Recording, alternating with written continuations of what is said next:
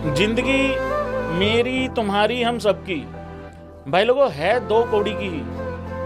Seriously कब आदमी कहां से कैसे खत्म हो जाए, कब आखिरी हो जाए, कुछ नहीं पता। ये तो बात बिल्कुल तय है। मतलब जिंदगी देखो क्या है ना, किस तरीके की ये जिंदगी। तुम एक चीज देखो, लोग पता नहीं क्या क्या अपनी तैयारी करके आए होंगे। कोई घर जा रहा होगा, कोई घर से आया होगा कुछ काम करने के लिए, वापस उसको घर जाना था। कोई अपने घर पहुंच नहीं पाया, कोई अपने घर से आया, किसी काम की वजह से वो अपने घर वापस नहीं जा पाया। बड़ा ही अजीब सा इंसिडेंट हो गया ये।